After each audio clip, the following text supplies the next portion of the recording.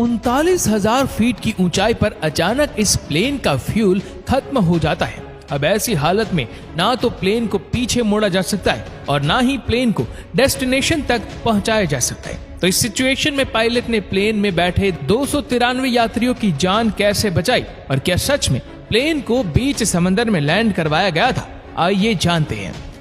दरअसल ये प्लेन 7 घंटों के सफर के लिए लिस्बन जा रहा था। वहां तक पहुंचने के लिए प्लेन में 48 मैट्रिक टन फ्यूल डाला गया। इस प्लेन को 2 कैप्टन उड़ा रहे थे। इनके पास अच्छा खासा एक्सपीरियंस था।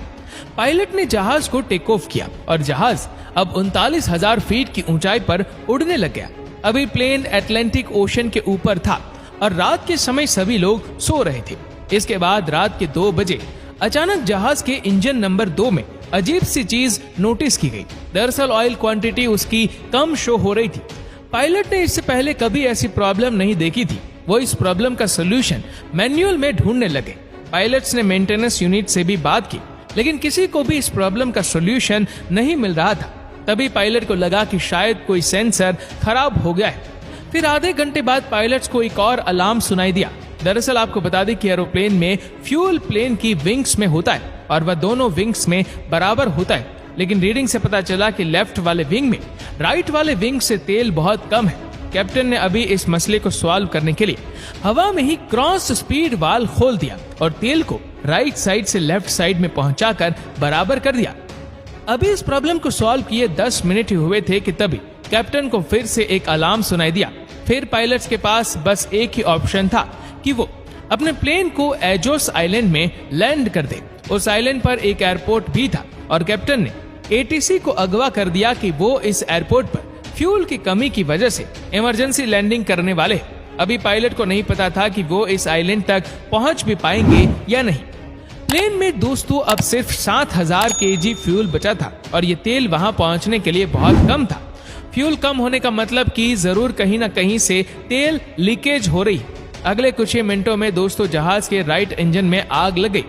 अंदर धुआं ही धुआं भर गया। सबको पता चल गया कि कुछ ना कुछ गड़बड़ जरूर है। और अब जहाज का सिर्फ एक ही इंजन काम कर रहा था। दोस्तों जहाज धीरे धीरे नीचे की तरफ आने लग गया।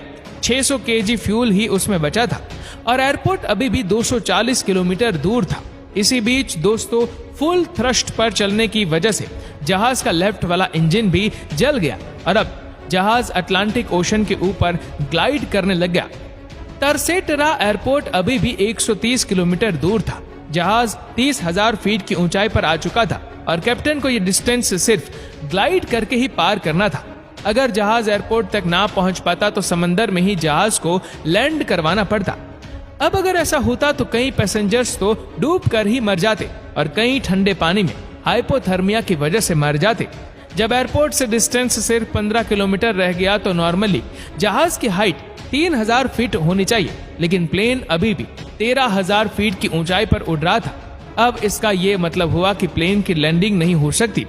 अब इस केस में अगर पायलट सीधा जहाज को नीचे की तरफ करता तो स्पीड बढ़ने से क्रैश लैंडिंग हो जाती और इसीलिए पायलट ने वहीं प्लेन का 360 डिग्री का चक्कर लगवाया, जिसमें प्लेन 5,000 फीट की ऊंचाई तक आ गया।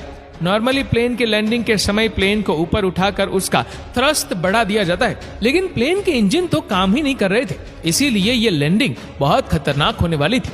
आखिरकार प्लेन जोर के झटके से रनवे पर लगा और 12 में से 8 टायर फट गए। प्लेन को रोकने में मुश्किल जरूर पेश आई, लेकिन जैसे तैसे प्लेन लैंड हो गया और लोग बच गए। बाद में जब जांच हुई तो पता चला कि मेंटेनेंस क्रू ने इंजन का एक पार्ट चेंज किया था, लेकिन वो पार्ट किसी और जहाज का था जो ढीला था और इसीलिए वाइब्रेशन की वजह से फ्यूल गिर रहा था।